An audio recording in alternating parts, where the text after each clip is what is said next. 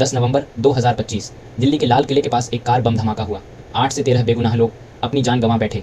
धमाके से पहले ही कुछ मुस्लिम डॉक्टरों को गिरफ्तार कर लिया गया था और अब उसी गिरफ्तारी को इस धमाके से जोड़कर मुसलमानों को बदनाम किया जा रहा है। जिस कार से लखनऊ में 2900 किलो विस्फोटक बरामद हुआ, वो कार हरियाणा के एक मुस्लिम युवक सलमान ने एक हिंदू युवक देवेंद्र को बेची थी। लेकिन अब गोदी मीडिया इस मामले को दिल्ली धमाके से जोड़कर मुसलमानों को ही निशाना बना रही है। कार के नए हिंदू मालिक का नाम छुपाया जा रहा है और पुराने मुस्लिम मालिक का नाम बार बार लिया जा रहा है। बीजेपी सरकार आज तक ये नहीं बता पाई पुलवामा में इतनी सुरक्षा के बीच RDX आया कहां से था। पहलगाम में आतंकी इतने सख्त पहरे में घुसे कैसे। अगर देश वाकई सुरक्षित हाथों में है तो लाल किले जैसे ऐतिहासिक स्थल के पास धमाका कैसे हो गया और 2900 किलो विस्फोटक लखनऊ तक पहुंचा कैसे। ये सब तब होता है जब देश में चुनाव होते हैं, जब असली मुद्दों से ध्यान भटकाना होता है। वोट चोरी का मुद्दा दबाने के लिए बम ब्लास्ट करवा दिया जाता है और फिर मोदी भूटान जाकर बैठ जाते हैं।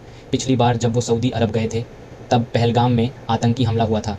क्या ये सब सिर्फ इत्तेफाक है या हर बार किसी सच्चाई को छिपाने की कोशिश। जहां बीजेपी होती है वहीं दंगे होते हैं, हिंसा होती है, धमाके होते हैं और फिर वही कहा जाता है देश सुरक्षित हाथों में है। आतंकी हमलावरों को सज़ा मिलनी चाहिए, लेकिन जिनसे सुरक्षा में चूक हुई क्या उन्हें भी सज़ा मिलेगी। अब एक दिलचस्प बात सुनो। भारत में लाल किले के पास बम ब्लास्ट हुआ, 8 लोग मारे गए और उसी वक्त पाकिस्तान के इस्लामाबाद में कोर्ट के बाहर बम धमाका हुआ, 13 लोग मारे गए। भारत में जब तक मुसलमान या पाकिस्तान का नाम नहीं आता, हर हादसा बस एक दुर्घटना कहलाता है और जैसे ही मुसलमान का नाम आता है वो घटना आतंकी हमला बन जाती है।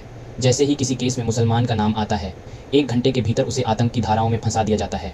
मीडिया उसके पूरे जीवन का इतिहास निकाल लाती है, रिश्ते, दोस्त, मानसिकता, सब कुछ जैसे पहले से तय हो कि किसे फंसाना है और कैसे। पहलगाम के बाद अब दिल्ली धमाके ने फिर वही माहौल बना दिया है। मुस्लिम विरोधियों की भीड़ सड़कों पर है। एंटी मुस्लिम और एक्स मुस्लिम लोग इस घटना का इस्तेमाल इस्लाम को बदनाम करने के लिए कर रहे हैं।